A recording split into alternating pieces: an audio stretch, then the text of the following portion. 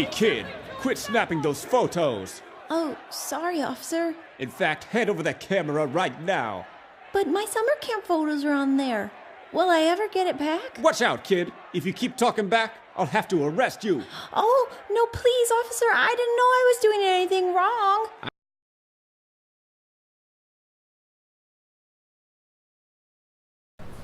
Freedom of speech is defined as the right of the people to publicly express their opinions without government interference, subject to the laws against libel, incitement to violence or rebellion, etc. What this means is that people can say whatever they want and express their opinions, but they're not allowed to put someone else in harm's way. So, going away from that, we want to show you the examples of how free speech can benefit others. So, do you think there is a limit to free speech? I don't think that there should be a limit on free speech. As a journalist, it's important for us to express what we're feeling, and everyone should be able to have their opinions out there. And a lot of people are trying to control the media and how it should be, how people shouldn't say certain things in the media. But really, I feel like it's one of the good things about living in America is that we have the free speech and the First Amendment. So no, I don't think it should be limited. What do you think about free speech? I think it's really important. So I'm a journalism major, and the whole First Amendment, free speech is really important, to the media. So as a journalism major, it's really important to me. Freedom of speech is a privilege at any time, in any place. And in this example, it is taking in a school in Des Moines in 1965. And what happened was Mary Tinker and her brother and a friend decided to wear black armbands in order to protest against the Vietnam War. And they took them with them to their schools. And when they arrived, school officials decided to detain them at the school door because they thought that the armbands were going to start riots because of what they symbolized. And so they decided to take the matters to the Supreme Court. And the Supreme Court decided that the students could not leave their rights at the school door, meaning that their actions by wearing the armband were protected by the First Amendment. And I think I hear somebody's liberty in danger. Whoa, Benjamin Franklin? That's right. And I'm here to tell you you didn't do anything wrong. In fact, that officer was the one who messed up. Just because he had a badge doesn't give him any right to be mean. And he sure doesn't know much constitutionally. You see, it's everybody's right to point and click. If you're in a public space, you're a dude or a chick. Taking photos are your right in a free society. Let me kick a rhyme. Do you believe in free speech? Yes, I do. I think it's really important to have that because without it, you kind of shrink down your opinion into somebody else's. And do you believe in restrictions on free speech? Yes, yes, that's saying if you don't want to be disrespected, don't disrespect others, because some people will take it too far. Alright, hey Tree, so what do you think about free speech?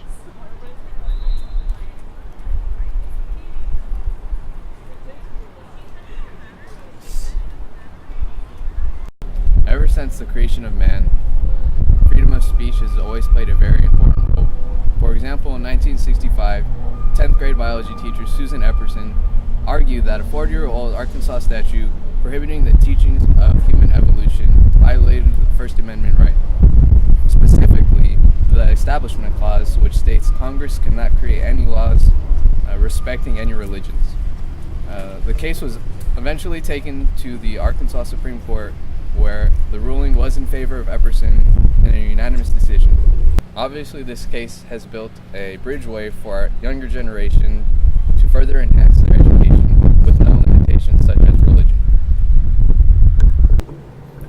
Another example of freedom of speech would be the 1984 Texas versus Johnson case. So during a political demonstration under President Reagan, Johnson took to the streets and burned an American flag in opposition of Reagan's laws and regulations. So the Supreme Court actually ruled in favor of him, and he won with a 5-4 court ruling because they said that his actions were protected under the First Amendment and that his actions counted as symbolic action. So if it weren't for freedom of speech, Johnson wouldn't have been able to speak for his own opinions and talk about why he opposed the government. Whereas the American flag is supposed to represent life, liberty, and the pursuit of happiness, Johnson sure didn't think so, so he took action into his own hands. Being an American citizen, Johnson's actions were justified because he has the privilege of an American citizen to speak against his nation if it violated his human rights. So I think that as long as one does not physically hurt others, they should be able to say what they need to say. Really want to see the truth set free for all. Help us out, Founding Fathers. You can't turn the lights off now. The world is much too small, 'cause everybody's plugging in and passing on the wake-up call. Corruption thrives on secrecy. Transparency is up to you and me, and we really want to see the truth set free for all. Okay, so the civil rights movement occurred between the mid-1950s and the late 1960s. It was a movement in which African Americans basically fight for their equal rights to those of the whites, and they used protests and marches, and they boycott in a peaceful way to reach equality. So some people may say, oh, how is this related to freedom of speech? Well, first let me tell you that speech is a way of expression, and the First Amendment played an important role in the civil rights movement because it gave people the right to get together and speak up their minds and fight for equality.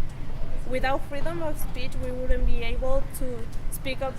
People wouldn't be able to speak up their minds, and then we will still living in a world of segregation and inequality. The end.